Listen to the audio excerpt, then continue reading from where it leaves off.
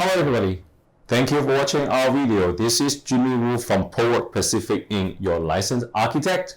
Okay, today, before we start our topics, please do the 4 things again. Subscribe, you're in free subscribe, click the bell and click all, and also give us a like, share with your friend, and leave comment to us. We will read all your comments, and if you have any question, you can put it down in this comment. And then also, if you subscribe us, then you will not miss all our other videos. Thank you. Today, this topic is a very, very difficult one, and I get kind of asking that, and I have been prepared this for a while and try to get more information, and I find out it's getting more and more and more information. So today, I can only talk about like a overall general idea, and then I may need to have a separate video to talk about some certain part of this. Okay, what is that? Is about oceanfront property. Customer asked me, "Oh, Jimmy, I want to buy oceanfront property. Can you design my house?" Okay, now I know that many people, they like to have the oceanfront house, right? With backside is the beach, right? And then when you imagine that, right? When you go to your backyard is a beach. This is how beautiful is that? Or during the afternoon time, you open the sliding door and you're facing the whole, whole beach, right? Back of house. Yes, it is very nice one, but the design is very difficult, especially nowadays. Okay, today I want to share some idea about the challenge of the project when we do a oceanfront property or live by the ocean. Okay, there will be generally two categories or two parts of challenge. One part is a design challenge, and then the other part is the construction challenge. Right? So we want to go through the design portion. Now, to design a property if oceanfront or near by the ocean, okay, we usually will have chance or very high chance to hit into these several challenge. Number one is, the topic I talk about, it doesn't mean that which one is more important. I just randomly talk about. First one I want to talk about is flood zone. The most, that our Hawaii is our island, Honolulu is an island, right? Wherever like close to the the shoreline, usually a lot of those are flood zone. That means when rain time, we get water comes out and it's a flood zone. Now flood zone have like different type flood zone. Have AE, VE. Now those are easier to deal with because you need to do is a flood certificate. Means you have to have surveyor, engineer to certify how high you're going to build your house finished floor to above the floodplain. The floodplain means when flood coming, how high the water will be. So you make sure your house is higher than that. But if your house is located in a flood zone, it's called floodway, AEF, that becomes very problematic because AEF is floodway means when the flood comes and flood go away, when it's after rainstorm, the flood go away. That is the pathway of the flood. So we call floodway. So if you want to build something on the floodway, that the city and even the state be concerned about, hey, when you build something, will you block the road, block the path of the water, and that way then it will increase the duration of the flood and also the rise, the surface of the flood will that be going higher. Then imagine that if that is like 10, 20 properties along in the floodway and everybody build a house. So that way you increasing the blockage, of the water flow, right? So, and also that means that when the same quantity of water comes, then you will accumulate affecting the water, the surface getting higher, the flood surface getting higher. So that is, the city or state doesn't want it. So when you do this AEF, they have to do a floodway permit. And doing a floodway permit is not easy. Floodway permit is get a lot of information and involved with hydraulic engineer, civil engineer to do so. And also, before you getting a building permit in, you have to get this done first. So this is one of that you will head into when you do an oceanfront. And also is a lot of these oceanfront project, close to shoreline, a lot of them, like especially in North Shore, we know that in North Shore, a lot of them, they do not have shoreline. So they don't have to see, so you have to do, now then you gotta come to when you have to do septic tank and leach field. So then you need, a civil engineer or also to do a calculation and design your septic system and leach field. And that costs you more money on design, and construction too, right? So and also is the sometimes related to your soil. If your soil is much like a sand, that will be very good. But if your soil is like adobe soil, more sticky soil, then it will affect the area you need for the leach field. So then that also is become like, and also you got to apply the different permit from besides your building permit, and it takes time too, right? And then next one is some property, for North Shore or West Coast, along that, they are along the state highway or state road. Like Fullerton Highway, or when we go to west side of this island, the Fullerton Highway, right? That is state road, right? So now when you do a property, when you do a house, a lot of time people, I want to design a house, and then I also want to redo my driveway. Put the driveway, here, or move to the center, because that, depends on how the house is located, right?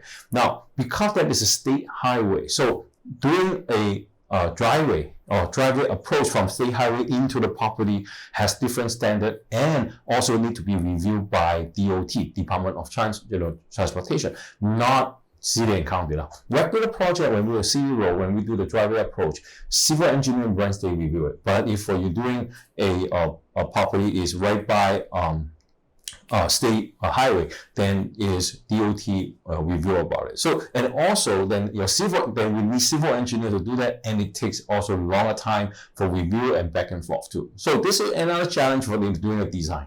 Okay. Again, all these things, when you need engineer involved besides architect, then you're adding money to it, right? Okay. Now, besides the highway, then now you come to another one. It's called Special Management Area, SMA.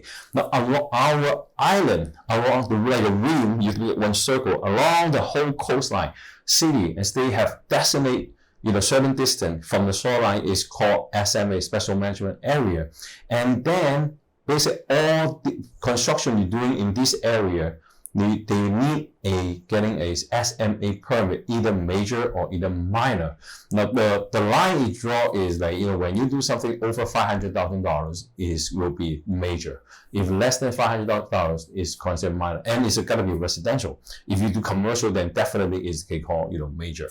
And now this SMA permit, when they have a new law, when I say new law, is issued by state, it's a state ordinance, but they're back in 2020.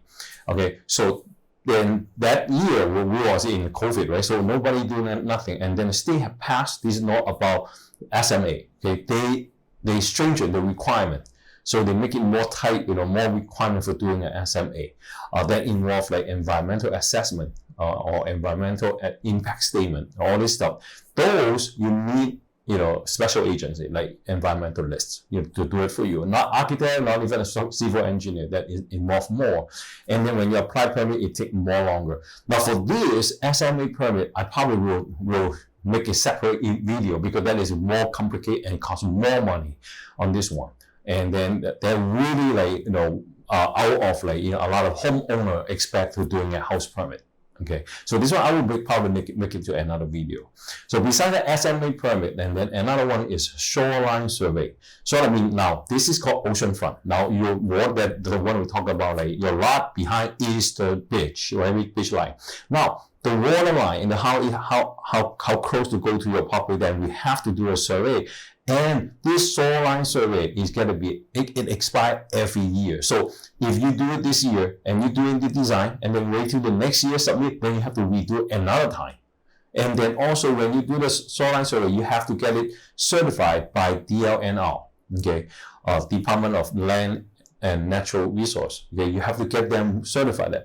Now, your surveyor do the survey and send it to them, but not necessarily 100% get certified, because DLNR will send the people also come to the job, to the site, to justify, to kind of review, is that the line is correct. Sometimes they will say no, because the high tides can go more, because in fact the shoreline, the criteria, they request the high tide of the of the shoreline. So there's sometimes it come up even more, and it will affect the design.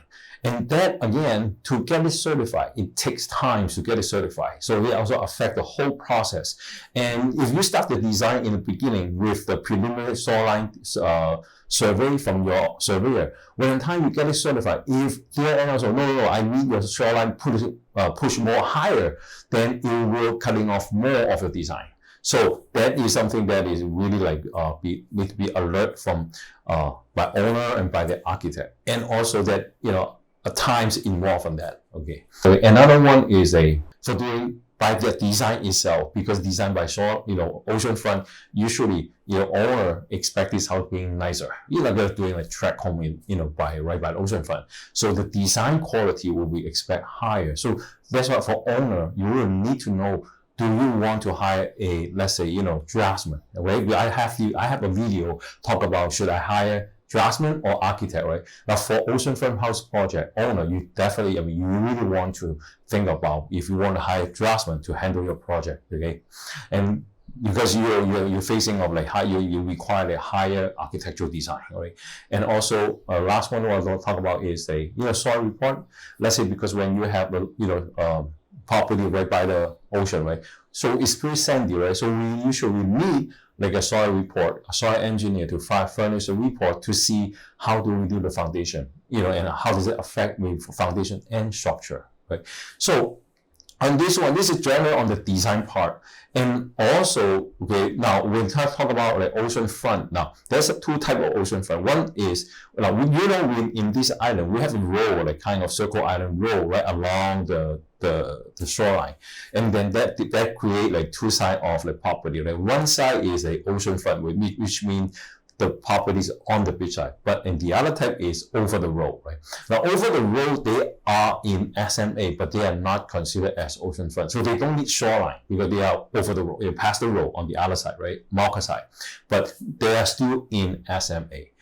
This one is a lot of people will miss that, including me sometimes. I will miss that because I think, this property kind of far away from the ocean, I'm sure. We thought that it's not an SMA, but in fact, it is SMA. So that is a part, you got to be very careful, even from owner. When you buy a property, you will want to know that, is it in SMA too? Because in the SMA, you will expect to spend more money on the design, okay? And also spend more time on obtain your building permit. This is a part of our design challenge, and also like we have some construction challenge. Right? For construction, first of all, like related to the last one I talked about, the soil report. Usually, when the oceanfront house, they will, because of the soil condition, usually the foundation will be much stronger. They need to enhance or make it stronger than regular footing. They're bigger, deeper. I have seen some house. They have footing is like 3 feet by 3 feet by almost like 2 feet concrete pier, supporting. Because it's, when they're standing on the sand, and also they consider the erosion, because it's basically on the beach, right? When wind blow, water, it will wash out the sand, right? So then they have to have a heavy and bigger footing to support the house. And that is one, so that will be costing more money. It's a construction challenge. So it's not like, it's different from when you're doing a house in regular property in inland side or in town, right? Which is you're doing like thicken edge, right? Slab on grade, then we're done. But in most of the time in oceanfront, the oceanfront house, we do not do, we hardly do like, slab on grade. Pretty much, especially if there's a flood zone, we have to do like, post and pier. Right? And then we're supporting with big footing. Then is the one we're adding more cost on the construction. And then the last one we want to talk about is the building quality now. Facing ocean, oceanfront house or close to the oceanfront, those houses subject to a lot of like ocean wind. That means the wind get a lot of salt. Okay. Now, so then the material, to withstand this salt wind, gotta be, higher. We expect it to be higher quality. If you put, like, for example, for windows, we know that some window is aluminum frame windows, right? But you cannot use this window by oceanfront house because the salt wind will eat up, will eat the aluminum and make it deteriorate, become a powder. And I think some people will see that some, even not by oceanfront, but some old house in inland, you will see some aluminum frame frame and you see that you touch it, you start getting some powder, right? Because aluminum is not corrode, it doesn't corrode, it's deteriorated, it's become like powder. So if you put this in an aluminum frame, in your oceanfront house, then your frame will be gone in a year. In short of 2 years, you start getting this powder. So then now for you to do a house in ocean, you have to be careful. You cannot use this material, right? And also like the building envelope, how to seal, make sure your stud wall or wall structure is concealed and no south wind can go into the wall cavity. Where otherwise then is that make things corroded. Okay, even including your concrete or even wood frame. Okay, all those. You don't want the wood get rotten, right, by moisture from the seaweed, right? So that is become a higher quality when you need it from the contractor, right? Material and craftsmanship that will be quite higher because of the south wind and the moisture, right? You get a lot of moisture from the ocean. So that when you need higher quality of craftsmanship, right, labor, that means you're paying more, right? So that's why when you bring a house in oceanfront property, your per square foot cost will be higher than you bring a house, versus if you build a house in town or like regular land. So this is like some of the challenge we want to talk about today. And hopefully when owner, if you're really looking at building a house, oceanfront house, then you're going to be spending more money and time for your house construction. And it's not like and we know that building a house, oceanfront house is a big dream for a lot of people. But again, to getting this dream, you need more money to getting this dream become true. So hopefully this video will help you. And if you have any question, any comment, please feel free to leave us comment or even send us an email, right? We're asking you a question and we will read it and we will reply you. Thank you very much.